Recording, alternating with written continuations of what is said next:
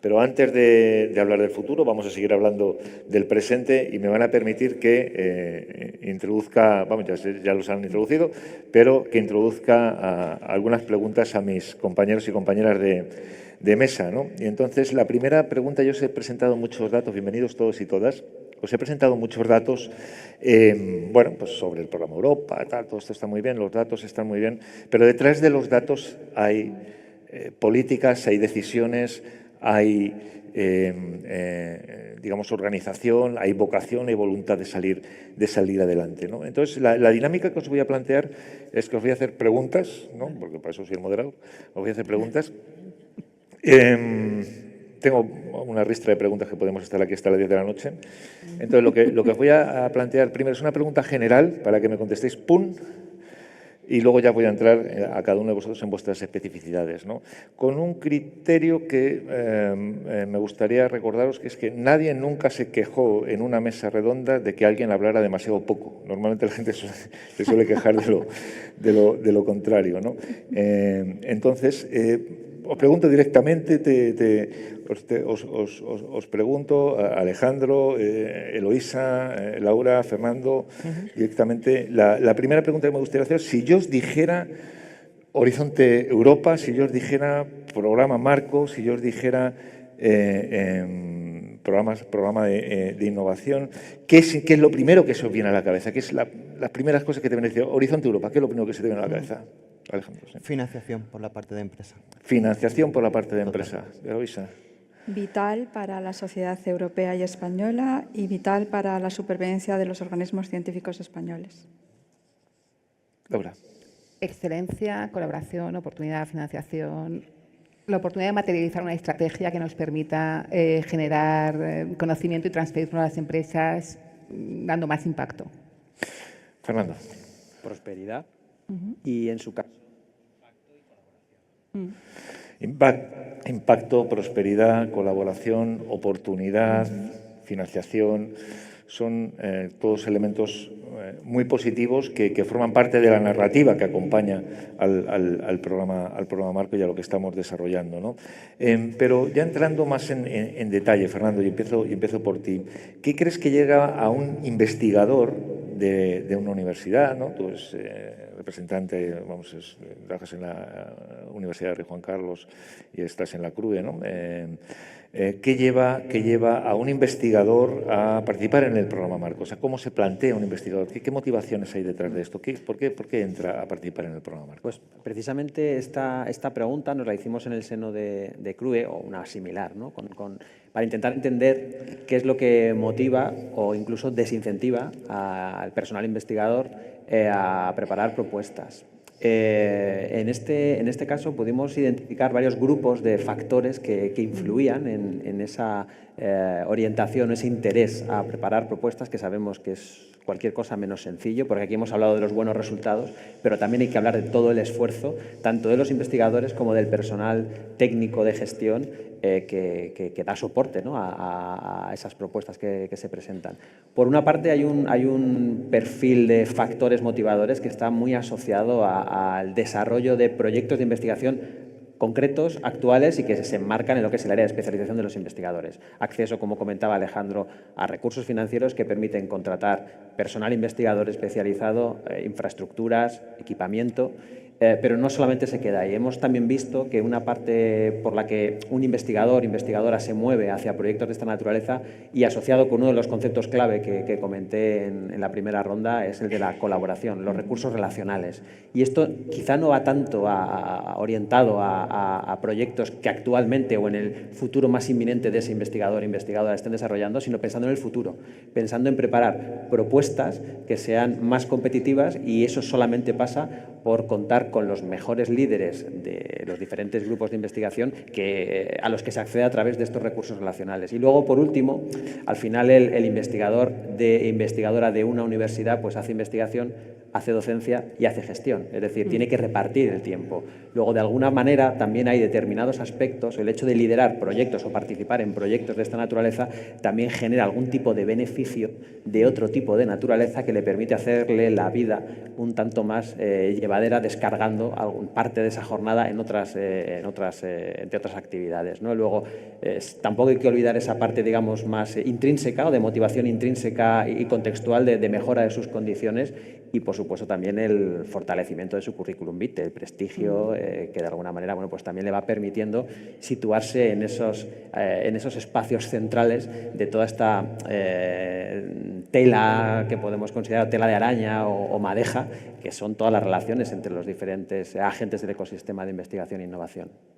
Sin duda, el ecosistema de innovación e investigación, esto es muy curioso en el caso de los profesores universitarios, de los investigadores que están en la universidad, porque en realidad es una carrera, primero, es una carrera de fondo, es una carrera que tradicionalmente el investigador, claro, le evalúa fundamentalmente a cada persona. O sea, es un trabajo bastante, lo digo mucho por ahí, que los profesores universitarios en realidad son como freelance, ¿no? Trabajan, de alguna manera, aunque luego tienen toda una infraestructura de apoyo, en realidad, ¿no? Pues tu medición, tu trabajo, tus méritos, etcétera, se construyen de una perspectiva muy de lo que tú puedas aportar y lo que tú vayas a conseguir, porque toda la valoración de la carrera académica es individual, ¿no? Eso pero, sin embargo, esa carrera académica individual no se puede construir si no es en un contexto de colaboración institucional como el que señalabas, ¿no? Las universidades están trabajando muy activamente para que aquellos investigadores que quieren darle el paso, quieren presentar un RC, etcétera, tengan un apoyo muy notable, ¿no? Y de hecho hay muchas universidades, seguro que lo tenéis estudiado, que hacen un apoyo muy específico y incentivan que la gente se presente. Saltando, fíjate,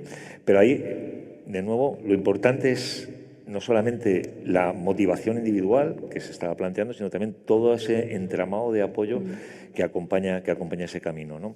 Y ese entramado de apoyo que va más allá de las universidades, en muchos casos nos lleva a mi siguiente invitada, voy a decir, ¿no? Pero a Laura, que es desde la Federación de Centros Tecnológicos, que es uno de los actores clave en la determinación de todo ese ecosistema y que también tenéis una larga experiencia de acompañamiento y de participación, ¿no? Hemos visto los datos de que algunos de los centros tecnológicos estarían, ¿no? en la lista de los más digamos, activos, ¿no? en el centro de Europa.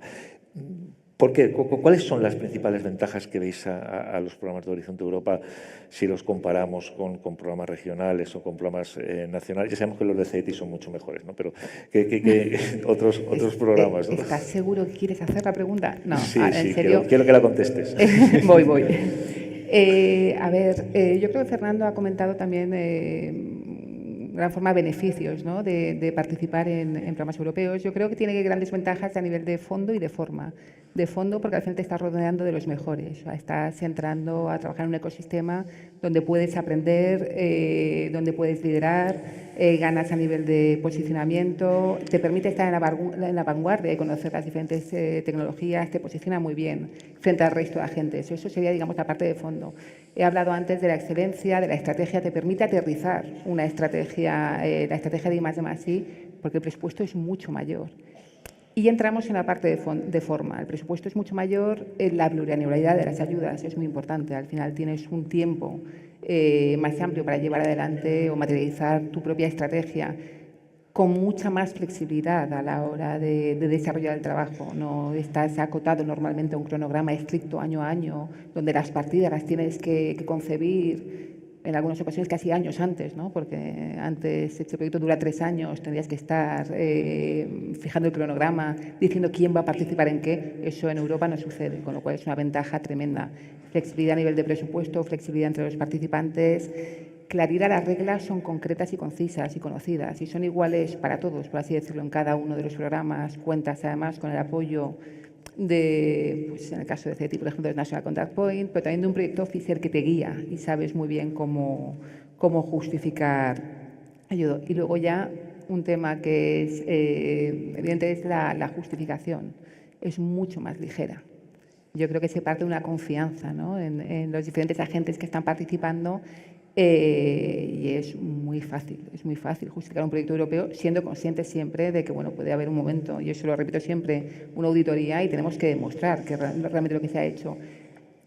La responsabilidad también está clara, digamos, la responsabilidad de cada uno, la responsabilidad técnica y luego eso es fondo de garantía, ¿no?, que permite aligerar la carga en caso de que haya algún problema. En fin, esas serían algunas de las bondades que me encontraría. También, lógicamente, tiene inconvenientes, ¿eh? No todo es tan fácil. Yo creo que Fernando lo ha expresado, es muy complicado conseguir un proyecto europeo. Requiere mucho esfuerzo, mucha dedicación. La tasa de éxito, hemos comentado a nivel, un 17%, creo que he oído a nivel global. Bueno, eso significa que hay un 83% de proyectos que no son aprobados. Y para presentar un proyecto europeo, realmente la dedicación es muy alta. Pues yo creo que es un gran inconveniente. Por otra parte, también hay que contar con un ecosistema, ¿no?, conocer esos socios que te pueden ayudar a presentar el proyecto y llevarlo adelante. Eso sería a nivel de inconvenientes. Luego, sí tener en cuenta, y ya a nivel global, como posibles áreas de mejora, me has dicho que diga, yo voy adelante, como posibles áreas de mejora, pero eso ya sería casi un mensaje a nivel europeo. Hemos visto la división en clústeres.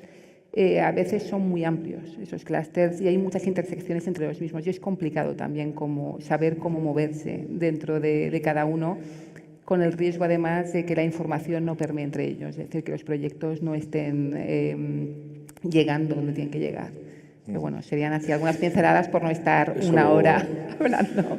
Hablaremos luego de eso. Me quedo con la flexibilidad, con la capacidad de mirar hacia adelante, pero un desafío muy importante de estos proyectos de Horizonte Europa es que yo creo que también forman parte de por qué se piden y por qué, por ejemplo, también los investigadores están pendientes de ellos, es porque si estás a ese nivel, si estás al nivel de competir en Horizonte Europa, es que estás en la frontera de la tecnología, estás arriba, ¿no? Estás como la Champions, ¿no?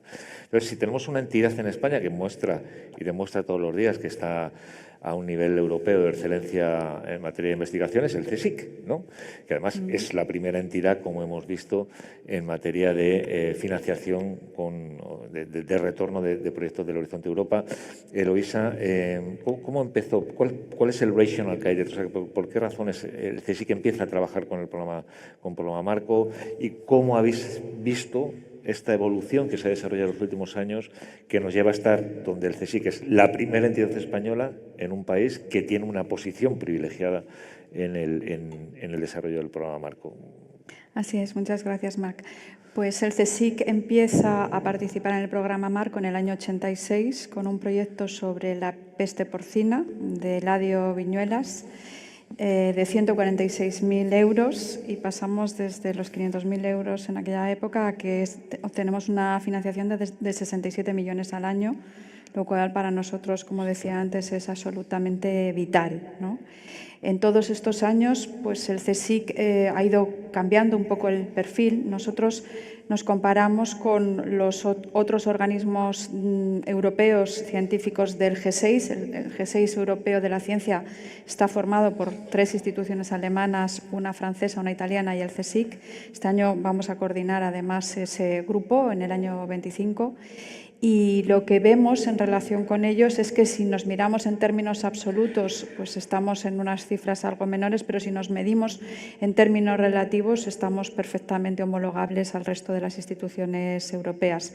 A diferencia de ellas, quizá lo que más destaca del CSIC, y yo creo que esto es muy bueno, es que nosotros tenemos mucha diversificación de la financiación de los diferentes pilares.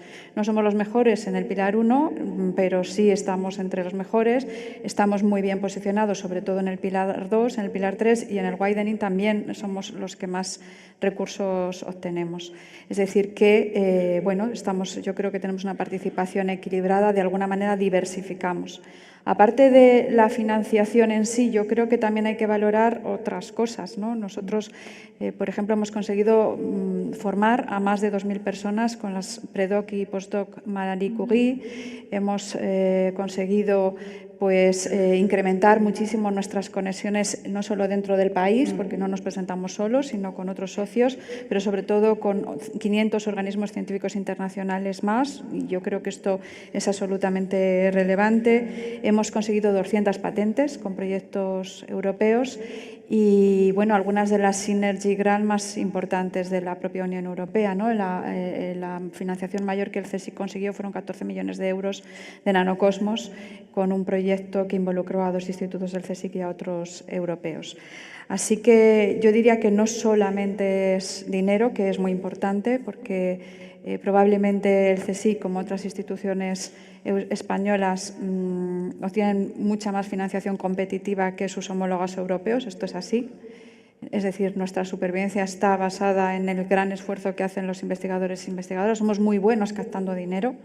Y seguramente por los altibajos que ha sufrido la financiación de las instituciones científicas en España a lo largo de los años. Muchas veces me bromea el presidente del CNGS francés con esto, ¿no? Y yo creo que estamos bien, pero hay que mejorar y seguro que luego tenemos oportunidad de hablar de ello. Seguro que sí. Hemos hablado universidad, centros tecnológicos, el propio CSIC, pero al final uno de los protagonistas fundamentales también, hablamos de los investigadores, por supuesto, pero uno de los protagonistas fundamentales de nuestra participación, como hemos visto, con un 32%, son las empresas, ¿no? Las empresas. Entonces, ¿por qué una empresa? ¿Cuál es el significado? ¿Cuál es el beneficio que tiene una empresa por presentarse a Programa Marco, Alejandro? A ver, cuando empezamos nosotros, cuando empezamos la empresa hace 15 años, nuestra primera vocación fue salir al mercado. Y lo hicimos con una plataforma que gestionaba activos híbridos de energía.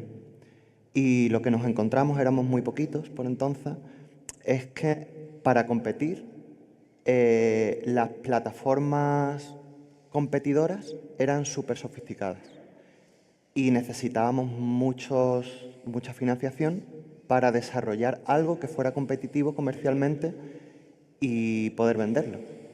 Y en la necesidad esa contemplamos financiación privada, pero como decía antes el consejero, creo que lo decía, en empresas tecnológicas tan pequeñas es difícil que los inversores arriesguen. Y encontramos el programa europeo. Empezamos con propuestas. La primera fue en Factories of the Future, al mediados del FP7. Y a partir de ahí hemos continuado. Ha sido el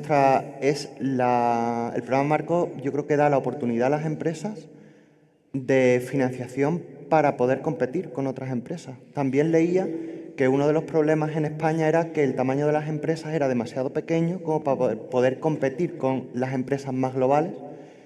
Y en eso estamos, consiguiendo tamaño gracias al programa europeo. Cuando se critica el programa europeo o se dice que si hay posibilidad de mejorarlo, yo creo que siempre hay posibilidades de mejora, pero da una oportunidad a las empresas a conseguir financiación y a ser competitivos. Todos y todas habéis tenido experiencia, ¿no? No solamente con el Horizonte Europa, sino con otros programas Marco. Quiero decir que hemos ido, ¿no?, cada 7 años viendo cómo evoluciona el programa Marco, porque va atendiendo a diferentes necesidades, a diferentes desafíos, desde me acuerdo yo de la Agenda de Lisboa, ya os acordáis, ¿no? La Agenda, el Horizonte 20, o sea, la Agenda Europa 2020, ahora estamos con el nuevo Pacto Verde Europeo, ahora veremos, ¿no?, en lo que viene, ¿no? Han ido cambiando, ¿no?, la estructura, las prioridades. En todos esos cambios es interesante, porque en todos esos cambios la respuesta de nuestro país ha ido a mejor. Quiero decir que los cambios, pero esto es interesante porque hemos sabido adaptarnos como país a lo que está ocurriendo. Pero os voy a hacer una pregunta relativamente concreta que tiene que ver con a cada uno de vosotros y de vosotras, en vuestro ámbito, en lo que habéis desarrollado, ¿cuál es el cambio o qué evolución os ha gustado más y qué evolución os ha gustado menos? Por favor, Fernando, ¿qué evolución os ha gustado más en las universidades y cuál os ha gustado menos? Pues ahí el punto, digamos, de partida, comentaba Eloisa cómo era CSIC o su capacidad para captar fondos en el año 86 y cómo hoy, cómo se captan fondos. había que trasladarnos a las universidades españolas en los años 80 y lo que son hoy día. Planteabas tú también el hecho de que el investigador puede ser un freelance o dentro de lo que es la universidad, que bueno, pues, dota de mucha autonomía a sus investigadores, pero es fundamental ese ecosistema o esa estructura institucional que le rodea. Y, digamos, sería muy interesante hacer un análisis de cómo eran los planes estratégicos, si es que existían en las universidades en esa época o en los años 90 o hace 10 años, o cómo son los planes estratégicos de las universidades a día de hoy, tanto a nivel de formulación de la estrategia, de objetivos, dónde está la internacionalización ahora y dónde estaba antes, dónde está la investigación, dónde está la innovación y la transferencia, es decir, esa capilaridad con la sociedad que le rodea. Claramente eso ha sido una evolución de 180 grados, de cómo éramos a cómo somos. Y también, ya no solamente una cuestión de impulso o de objetivos, sino de implantación de esa estrategia. En los últimos años, ya desde hace un tiempo, pues se están desarrollando estructuras y dotándolas de personas con las posibilidades que todos sabemos de las restricciones que también existen. Se está generalizando la existencia de estructuras como las oficinas de proyectos europeos, especializadas en la gestión y captación de fondos. Casi todas o todas las universidades tienen en su momento OTRIs, ahora OTCs, que es el canal por el que podemos llegar más fácilmente con esa transferencia a la industria, al mercado, a las necesidades de las empresas. Unidades de cultura científica, ahora es un elemento fundamental, la diseminación, la comunicación, la divulgación, ciencia abierta, ciencia ciudadana, pues es fundamental que contemos estructuras dentro de la universidad que estén especializadas en ese tipo de funciones para que nuestros investigadores las puedan incorporar y utilizar en sus propuestas. De la misma manera, trabajamos con comités de ética que también nos permiten incorporar esa buena praxis en investigación y unidades de igualdad. Ahora la perspectiva de género debe estar presente en todas nuestras propuestas. Luego, si no le damos todas esas herramientas a los investigadores, realmente sus propuestas desde un punto de vista estrictamente científico pueden ser buenas, pero hace falta darle todo ese apoyo. Y también un poco viendo cómo hemos ido evolucionando y también de acuerdo con lo que comentaba Eloisa, en las universidades se ha producido una diversificación de dónde ponemos el tiro, dónde ponemos el foco. Quizá siempre hemos estado más enfocados en el pilar 1, en el pilar de excelencia. Ahora estamos poniendo el foco en esos pilares 2 y 3, que quizá por esa menor experiencia o porque quizá el personal investigador ha estado menos de alguna sensible o menos próximo a esos enfoques más de transferencia, pues la tasa de éxito sea algo inferior, pero vemos que tampoco es algo exclusivo de las universidades, sino que es del propio ecosistema, al menos español en su conjunto. Y también se ha observado una evolución muy satisfactoria en proyectos consorciados, no proyectos individuales, y donde también las universidades han ido poco a poco alcanzando una posición de liderazgo pues cada vez más presente, viendo, lo adelantabas en algunos de los datos, la capacidad de captación de fondos en estos 3 primeros años de Horizonte Europa en torno a los 850 millones, una tasa de éxito en torno al 20%, 19 y pico, con lo cual nos sitúa en el tramo superior en esa tasa de éxito. Bueno, por lo tanto, se ha visto una evolución que solo viene explicada por un cambio de concepción de cuál es la figura y el papel de la universidad dentro de este ecosistema de investigación e innovación. Y el investigador ha sido sensible a todo ese esfuerzo y ha ido acompañándonos. Laura, ¿cómo lo veis desde los centros? Pues casi te voy a contestar en clave personal. Yo aterricé bueno, en el mundo de los proyectos europeos, por así decirlo, allá por la prehistoria, en el 4º programa marco. O sea, estaríamos en el 9º, pues hace 5, y la situación era totalmente diferente. O sea, para mí el cambio ha sido tremendo. En aquella época hablábamos de I+D, en ningún momento aparecía la palabra innovación realmente dentro de los programas, o desde luego era la percepción que yo tenía. Recuerdo haber trabajado en proyectos excelentes desde un punto de vista científico, con un potencial tremendo. Yo trabajo en el ámbito de las TIC, de verdad que deberíamos haber aprovechado, pero que desgraciadamente se quedaron en un cajón. Porque cuando hago el proyecto europeo no estaba la parte de impacto, no conocíamos la parte de transferencia. Entonces, como tampoco había financiación que nos permitiese llevar esos desarrollos o resultados al mercado, pues íbamos al siguiente proyecto europeo. Teníamos consorcios magníficos, con lo cual teníamos bastante éxito en esos proyectos. Bueno, yo creo que programa a programa ha cambiado de una forma absolutamente tremenda. Los proyectos han sido cada vez más grandes, más complejos, pero se está poniendo el foco en innovación, en impacto, en transferencia al mercado, y creo que eso, desde luego, para nosotros es muy positivo. Al final, cuando hablamos de un centro tecnológico, hablamos de una organización que tiene por objetivo, sí, generar conocimiento, pero siempre con el objetivo de transferirla al mercado, de trabajar con empresas, de mejorar la posición competitiva de las empresas. Digamos que esa mejora la hemos notado también en cifras. Yo creo que has dado, bueno, he visto pasar la cifra del 13%, ¿no?, de tasa de éxito cuando estamos hablando de los centros tecnológicos en el horizonte Europa. En el 2020 era un 11,3%. Es decir, no quiero imaginar, el séptimo programa creo que era un 10,4%, y si vamos hacia atrás, pues vemos que los centros tecnológicos han ido mejorando en ese sentido. También hemos mejorado en la parte de tasa de éxito de presentación de proyectos de un centro tecnológico media, por supuesto, hablamos de casi de un 25%. Yo creo que es muy superior también a la tasa de éxito normal. Y tiene sentido, porque al final vamos totalmente en la misma línea, digamos que... Iba a decir, o casi van en la misma línea que vamos los centros tecnológicos, y trabajamos con ese objetivo. Eso a nivel, muy, muy positivo. ¿Qué me ha gustado menos? Bueno, en algún momento dado, en algunos programas concretos, ¿no?, la dificultad a la hora de encontrar la cofinanciación adecuada. Esos programas, no sé, está pensando en el Joint Undertaking o el Digital Europe, que son programas, la parte de los DIH, es que como concepto es fantástica. Los casos de éxito son tremendos, pero luego a la hora de realizar esa cofinanciación es muy complejo. Pero vamos, yo creo que vamos en la dirección adecuada y desde luego muy positivo. Eloisa.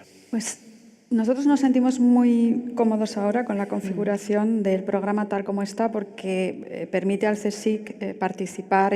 Somos muy diversos, ¿no? Tenemos ciencia muy fundamental y tenemos también ciencia muy aplicada, cada vez más, y trabajamos ahora en innovación y transferencia mucho más de lo que trabajamos a lo largo de los años. Pero lo que yo diría como principal beneficio del programa Marco para el CSIC es que el CSIC ha tenido que europeizarse. Ha sufrido un proceso de europeización, que esto en general implica una modernización de la institución desde todos los puntos de vista, desde la creación del Comité de Ética, desde Mujeres y Ciencia, desde abrir nuestra oficina europea. Está por ahí Elena Domínguez, que está en nuestra oficina europea, etcétera. Es decir, nos hemos tenido que ir adaptando a lo que se planteaba a nivel europeo en ciencia.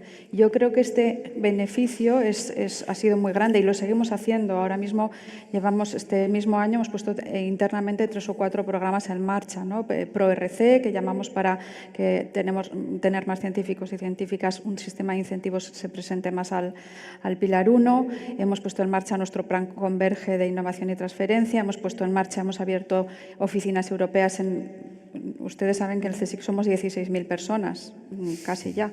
Y tenemos 124 centros de investigación, 5% cierto aquí en Asturias. Hemos abierto oficinas de internacionalización, nos hemos ido adaptando como institución a eso. ¿Qué es lo que yo diría que es, y no es un problema del programa Marco, es la capacidad, lo peor, ¿no?, la capacidad de aterrizar algunos de los programas del programa Marco en nuestro sistema de ciencia?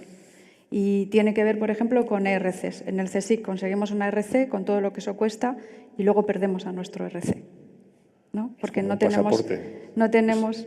Es un pasaporte al éxito. Es un pasaporte a otros sitios del mundo. O sea, ponemos incentivos, ponemos recursos, estamos con un plan muy agresivo para identificar quién de nuestros investigadores puede solicitarlo, y luego, pues a veces no podemos retenerlo en nuestro país, ¿no? Eso es un desafío muy notable. Y esta es una cuestión que, después de haber hecho todo ese esfuerzo, te quedas muy perplejo, ¿no? Y entonces aquí tenemos un reto, porque no solo se tiene que europeizar el CSIC, sino ni las universidades, sino la propia administración pública con sus en fin. Mecanismos. Volveremos a ellos después. Alejandro, ¿qué es lo que más os ha gustado y lo que menos os ha gustado del recorrido que habéis hecho en Programa Marco en las diferentes ediciones? Sí. Lo que hemos estado viendo en los distintos, conforme hay un nuevo programa marco, por lo menos desde nuestra perspectiva, lo que vemos es que la Comisión Europea intenta simplificar el procedimiento de reporte de costes, el procedimiento de estructura financiera de los proyectos. Eso yo creo que es positivo para las empresas que son más pequeñas. Y por otra parte también una evolución positiva que vemos es que cada vez más los proyectos están más orientados a la transferencia tecnológica, dan una oportunidad también más a las empresas a la transferencia de resultados. Esas son las partes buenas. Lo que vemos como reto mayor es que, al menos lo que nosotros vamos observando, es que la competencia es cada vez mayor. Eso sí lo hemos notado también. Desde el FP7, H2020, Horizonte Europa, cada vez tenemos que dedicar más recursos y necesitamos hacer propuestas mejores para ganar los proyectos. O sea, se nota la profesionalización del ecosistema. Hay muchas consultoras dedicadas a redactar proyectos. Sí, se está profesionalizando mucho desde hace un tiempo el ecosistema y cada vez es más complicado.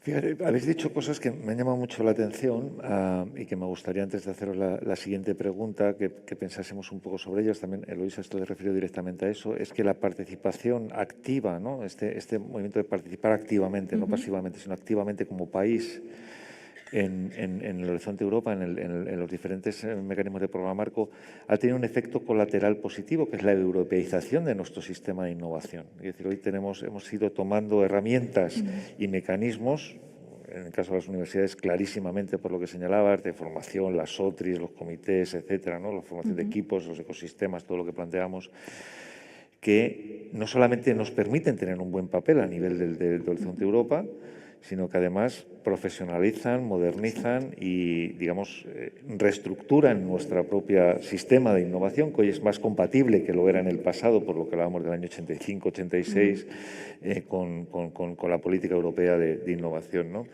Esto para mí tiene un punto muy relevante, antes de seguir con las preguntas, que es que si alguien hubiera preguntado una de las señas de identidad de los procesos de europeización de nuestro país, ¿no? Y en todos los grandes libros de los intelectuales desde la generación del 98 que vienen hablando de Europa como solución a los problemas del país, la ciencia estaba siempre presente, ¿no? Cuando hablamos de Europa siempre hablamos de ciencia, ¿no? Entonces, en el camino que hemos recorrido nos hemos europeizado y por eso tenemos buenos resultados a nivel europeo, ¿no? Yo creo que mucha de la gente que en aquel momento pudo escribir aquello, hoy si estuviera sentada en este público estaría al menos satisfecha, ¿no? Con los resultados y los esfuerzos que estamos desarrollando. Es que hay que poner en valor las cosas que hacemos, ¿no? Pero yendo más a lo concreto, ¿no? Antes de perdernos en este tipo de reflexiones. Fernando, ¿tú qué consideraríais, qué razones tenéis, qué consejos darías para que una entidad que ahora mismo todavía no está liderando un consorcio, donde además somos líderes ahora, ¿no? Somos líderes en consorcios liderados, nunca mejor dicho, ¿qué consejos, qué pasos considerarías que son necesarios para que una entidad que está participando en un consorcio dijera, oiga, yo a la próxima convocatoria, el año que viene, voy a montar yo el consorcio, voy a tener la capacidad de liderar? ¿Qué experiencia tenéis desde las universidades sobre esto? Pues ahí los datos ponen de manifiesto la capacidad para liderar esos consorcios. Ahora mismo, en este primer trienio, pues hay casi en torno a 140 proyectos consorciados donde alguna universidad es líder. Por lo tanto, ahí hay una experiencia que hay que saber utilizar, compartir y darle valor. Entonces, lo primero, y vuelvo un poco, y quizá por mi propio campo de investigación, vuelvo al tema de la estrategia, lo que marca el camino, el foco, dónde se pone el foco de cara a futuro. Y en ese sentido, lo primero que hay que tener claro es que una de las prioridades ya no solamente es participar y que todos en la entidad lo conozcan, lo sepan, sino que también tenemos que ser líderes. Eso es lo primero que hay que decir, ¿no? Es una prioridad ser líderes por todo lo que ello supone. No tanto como objetivo en sí mismo, sino por todo lo que ello supone en términos de compromiso y de otro tipo de implicaciones en segunda y tercera derivada. Y por otra parte tiene que haber un enfoque y un esfuerzo planificado, es decir, las cosas no surgen espontáneamente, no solamente con la inquietud, el interés, el objetivo, sino con los recursos que se dotan. Y en ese caso, y también lo planteaba Eloisa, el tema de, bueno, logramos sacar una RC y luego se me va. Tenemos un tema que casi es transversal a cualquier industria, que es el talento. Es decir, hay, pues no sé si escasez de talento, pero desde luego en muchas ocasiones el que queremos se nos marcha. Y creo que en este caso, para esa función de liderazgo es fundamental una política activa de captación y de retención de talento a través de la estabilización de esos perfiles de personas que queremos y que entendemos que son quienes mejores pueden liderar, sin perjuicio además de dotar estructuras específicas para captar y gestionar esos fondos. Y también lo anticipabas anteriormente, la necesidad de dotar de medios propios, no solamente los que te puedan proceder de convocatorias de Horizonte Europa, sino el esfuerzo que la propia institución pone para promocionar, premiar, incentivar esa participación. Y luego poner en valor al menos dos conceptos que yo creo que han subyacido a lo largo del debate, que son, por una parte, la experiencia, es decir, ya tenemos un valor acumulado en el tiempo, hemos trabajado muchas veces no como líderes, sino participando, sabemos cómo construir un consorcio equilibrado, un consorcio potente, sabemos cómo gestionar un consorcio, porque hemos formado parte de muchos, y hemos hablado de lo bueno y lo bonito que es un consorcio intersectorial, interdisciplinario, internacional, pero eso también lleva aparejado el concepto de diversidad y la gestión de la diversidad cultural, de especialización, de todo tipo. Eso es complicado y eso muchas veces no se puede aprender en los libros, sino con la propia experiencia de gestión. Y también hemos trabajado en muchos proyectos de la mano de otros líderes de los que podemos aprender. Y luego, por otra parte, creo que también es importante poner en valor la excelencia. Es decir, no solamente tenemos experiencia, sino que tenemos a los mejores investigadores, y cada uno en nuestro ámbito, centros de investigación, centros tecnológicos, y tenemos que ponerlos en valor. Y si están, se comentaba anteriormente, estamos en la Champions League. Luego, en ese sentido, estamos en líneas de investigación de vanguardia capaces de resolver los problemas de las personas. Por eso hablábamos, ¿no?, del concepto de reto, de desarrollo positivo de la sociedad. Y eso en ocasiones pues, nos genera cierto rubor y no somos capaces de poner en valor esa excelencia. Y todo esto lo tenemos que materializar desplegando toda esa información a través de redes con todos los agentes con los que interactuamos. Otras universidades, centros de investigación, centros tecnológicos, administraciones, la industria. Y no nos tiene que dar vergüenza, todo lo contrario. Luego también es una labor, ¿no?, de comunicación, de concienciación de todo lo que se está haciendo. Hablando de redes, de ecosistema, a mí me encanta la palabra ecosistema, Laura lo sabe muy bien. Cuando estamos hablando de este espacio de colaboración, ¿no?, del conjunto de los actores, que es donde se generan estos proyectos, esta capacidad de liderazgo, que no es privativa de una única persona o de una única entidad, sino que algunas veces se construye de manera compartida. De nuevo, los centros tecnológicos juegan un papel muy importante de interfaz, ¿no?, entre los espacios de investigación, las empresas, etcétera. Desde FEDIT, yo hablo ya en términos de red, ¿no? ¿Qué aproximación, o sea, qué nivel de importancia le dais al programa Marco en el conjunto de la red, ¿no? Porque hemos visto que hay centros tecnológicos que están muy arriba, ¿no?, están, digamos, en Champions, los hay que están un poco a mitad de tabla, ¿no?, y los hay que están, digamos, todavía con potencial, ¿no?, vamos a decir, con capacidad de crecimiento. ¿Qué importancia le dais? ¿Qué papel juega el programa Marco en vuestra visión estratégica como centros tecnológicos? A ver, hay una gran dispersión, digamos, si analizamos el peso que tiene incluso a nivel de ingresos en un momento dado, ¿no?, qué retorno está consiguiendo cada uno de los centros del programa Marco. La dispersión es tremenda. Tenemos centros que prácticamente no están participando por motivos X en el programa Marco, y tenemos algún centro que prácticamente tiene el 80%, 85% conté de sus ingresos relacionados con el programa Marco.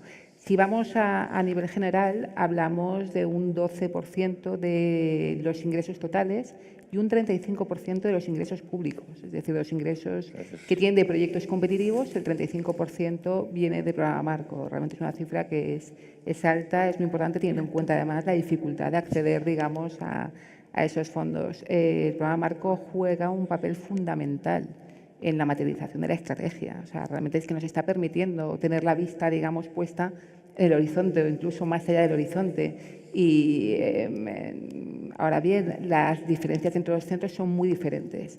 Me ha gustado mucho en la presentación, en la intervención de esta mañana del secretario de Estado, ha comentado que la ciencia es global, la innovación es local. Algo parecido nos pasa a los centros tecnológicos. Cuando estamos hablando de programa Marco, hablamos de innovación, pero hablamos de innovación global. Nosotros estamos también muy pegados a nuestro tejido, a nuestras comunidades autónomas en las que estamos participando y tenemos que asegurarnos de balancear bien las estrategias que estamos haciendo y asegurarnos que esas grandes tecnologías de vanguardia que estamos viendo a nivel europeo somos capaces de transferirlas al mercado local también, con lo cual tenemos que balancear muy bien los fondos y elegir dónde estamos apostando. Pero bueno, en cualquier caso, la participación, el peso es muy relevante. Muy importante. Y necesario. Y esto me lleva a la última, estoy haciendo casi la última ronda ya. Una pregunta más para ti, Eloisa, que es que, bueno, estamos viendo, ¿no? Pues España ha aprovechado, o estamos aprovechando ahora, los fondos que vienen a través del programa Marco para muchas cosas, para hacer innovación, para financiar nuestro sistema, para modernizar nuestro sistema, para hacerlo más global, para ponerlo en una posición altamente competitiva en el conjunto de la Unión Europea. Bueno, pero la Unión Europea tiene perspectivas de una gran ampliación. Y esto significa que vamos a tener, ¿no?, que va a haber nuevos actores, y de hecho ya hay nuevos actores que entran como países asociados, etcétera.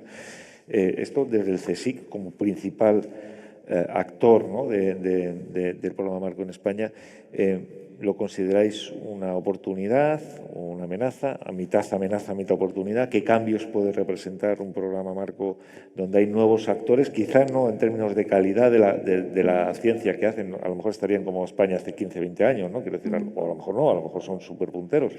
Pero, ¿cómo lo veis? ¿Pensáis que esto representa un desafío? Yo creo que, no sé si es o no un desafío, pero es fundamental la apertura.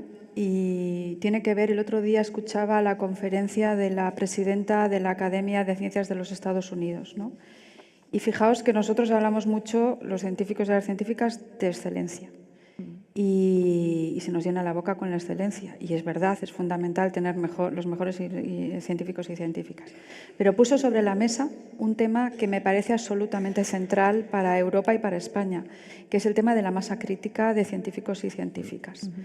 La idea, ella decía que hay cada vez menos científicos y científicas en Estados Unidos, no solo porque hay menos niños y niñas que elijan la carrera científica, sino porque otros se van y fundamentalmente a Asia.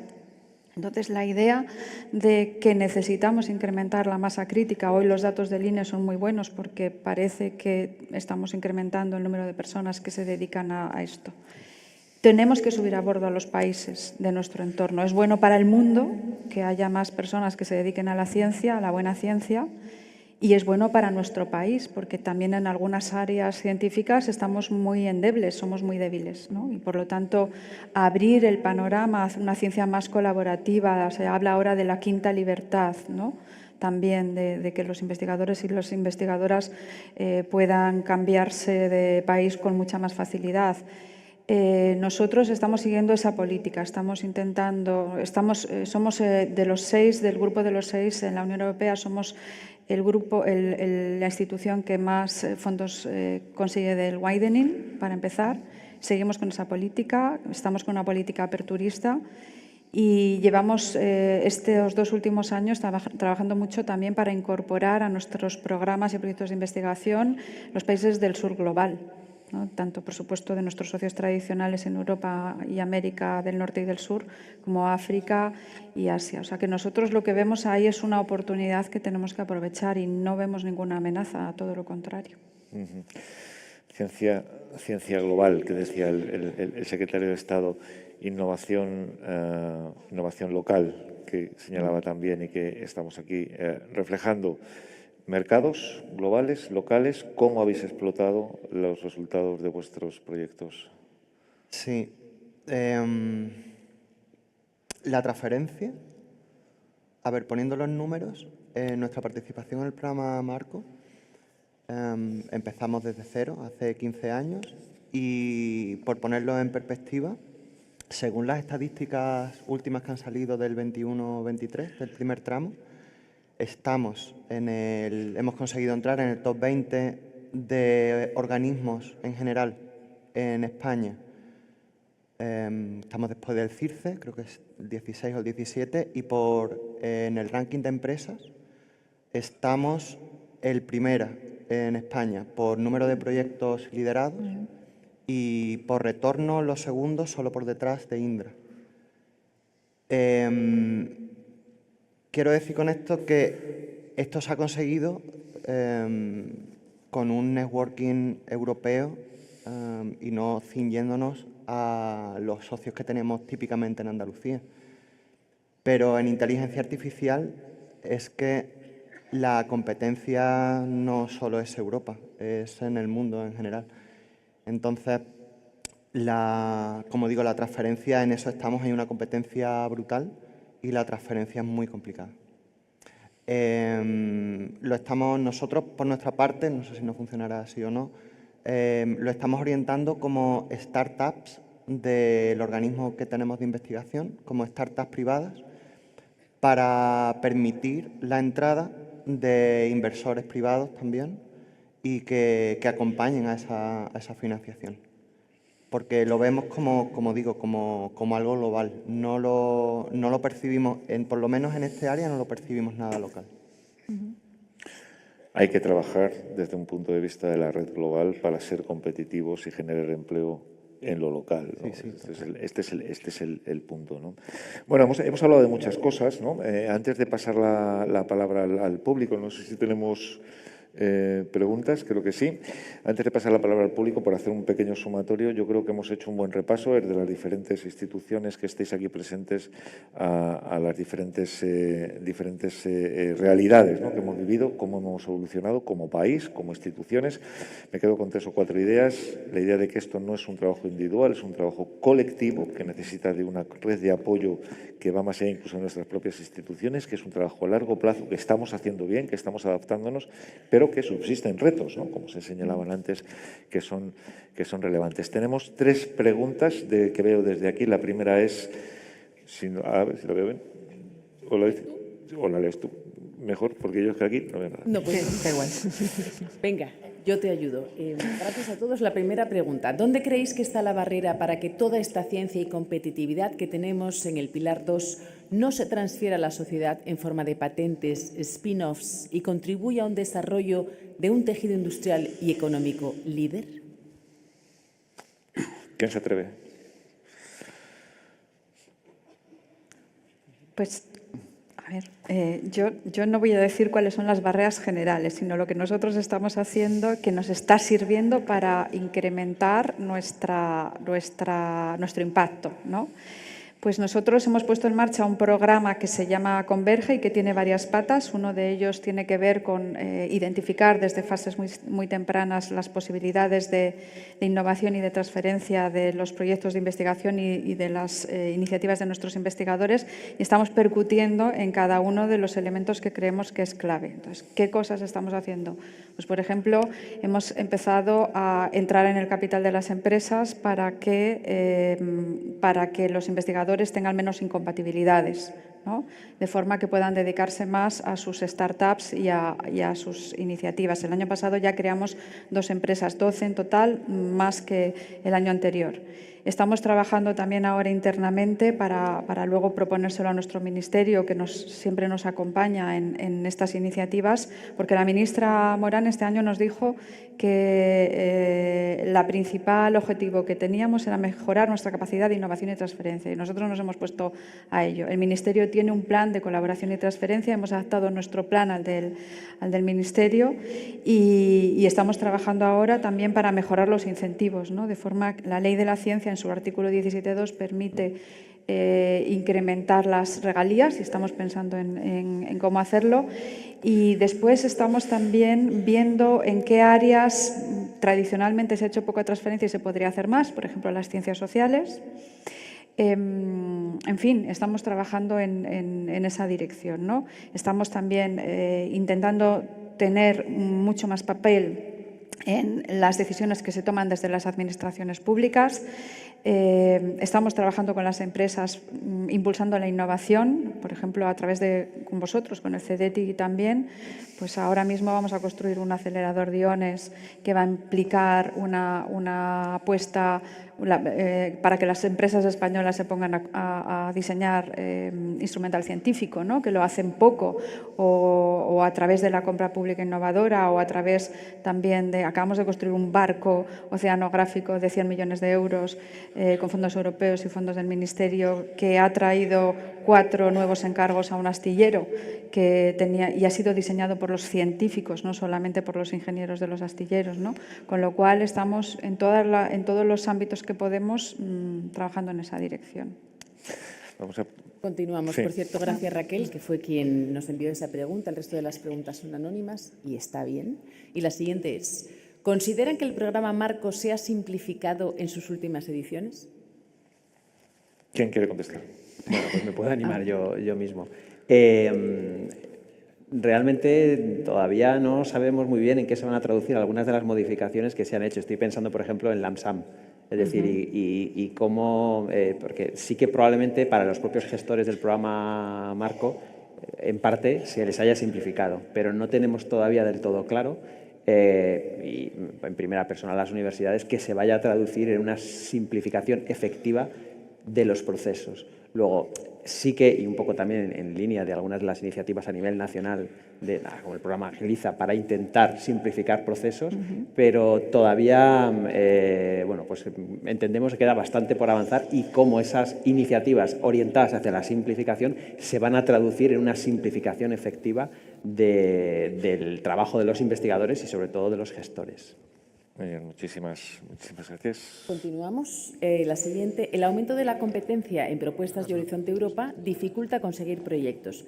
Parece que esto ocurrirá también en el siguiente programa. ¿Qué podemos hacer para conseguir más y mejores proyectos en Europa? ¿Cómo situarnos a la altura de Francia o Alemania? Laura, te voy a pedir que la contestes tú. Me toca a mí. Vale. ¿Qué podemos hacer? A ver, ecosistema. Yo creo que sería la palabra que diría. Al final no estamos solos, tenemos que conocer muy bien a los diferentes agentes con los que podemos colaborar e ir de la mano. Lo que sí añadiría, y es un tema que creo que me he dejado antes en la intervención, es, he hablado en todas las intervenciones de estrategia, ¿no? De estrategia a la hora de conseguir el no perder de vista cuál es la estrategia de nuestras entidades. Es decir, no dejarnos maravillar o enamorar por esa financiación europea que nos desvíe de la estrategia que debemos realmente seguir para luego impactar a nivel... Cuando digo local no pienso tanto en geográfico, sino realmente en los mercados que tenemos. Entonces, bueno, trabajo yo creo que conocernos, ver un poco de qué forma los diferentes agentes nos pueden ayudar, cuáles son las diferentes responsabilidades de cada uno, ir de la mano. Sería por hacerlo muy breve. ¿Y una más? Continúo. ¿Cuáles son las medidas que se han utilizado para aumentar la participación y en qué han resultado ser exitosas? Yo ahí te voy a pedir, Alejandro, que contestes cuáles habéis utilizado vosotros. Fue una decisión, de hecho, coordinar proyectos, coordinar propuestas. Lo tuvimos súper claro desde el principio.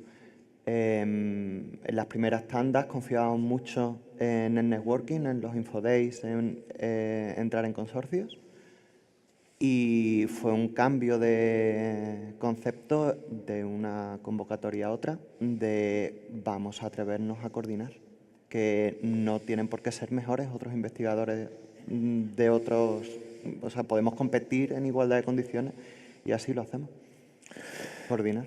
Muy bien, muchísimas gracias. Al final, coordinar te puso encima de la mesa. Si otros no te llaman, llamas tú, ¿no? Esto está muy bien, tener la capacidad de coordinar. 30 segundos cada uno para un último mensaje que queréis trasladar. Fernando, empezamos por ti. Pues 30 segundos.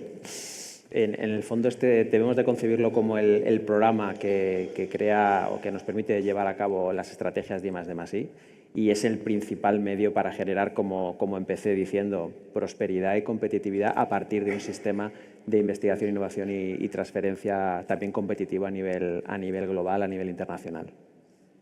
¿Laura? Pues yo voy a acabar como he empezado, básicamente excelencia, oportunidad y financiación para, a través de la colaboración internacional, aterrizar la estrategia que nos permita ser excelentes y generar impacto en la sociedad. y en clave país, vamos, en las empresas.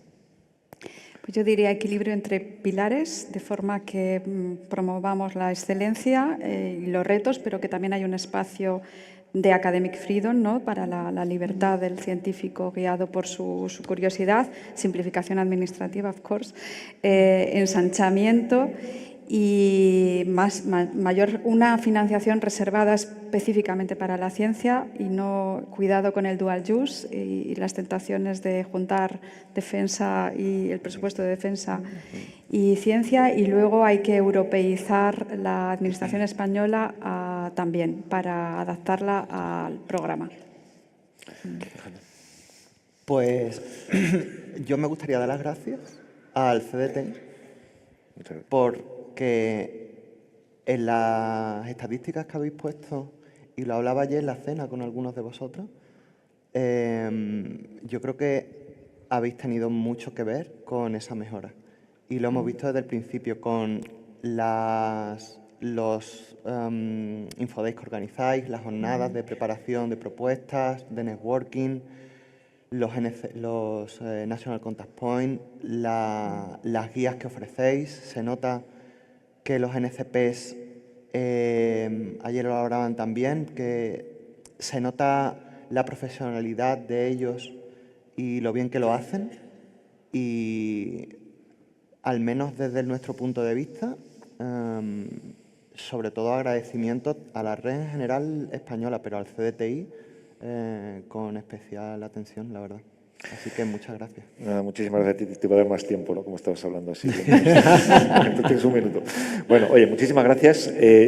Yo tengo 30 segundos también para hacer una pequeña resumen de esta mesa que se titulaba de la participación al liderazgo en la Unión Europea. Creo que tenemos mucho trabajo por hacer, tenemos muchas cosas que conseguir, seguramente tenemos todavía mucho espacio de mejora, que probablemente nos lleva a esa europeización de la que hablaba Eloísa y que tiene que seguir avanzando, pero creo que estamos en una posición, lo decía en mi presentación, privilegiada, en una posición que tenemos que saber aprovechar para seguir construyendo el futuro de Europa y el futuro de nuestro país. Muchísimas gracias, ha sido un placer conversar con vosotros en esta mañana.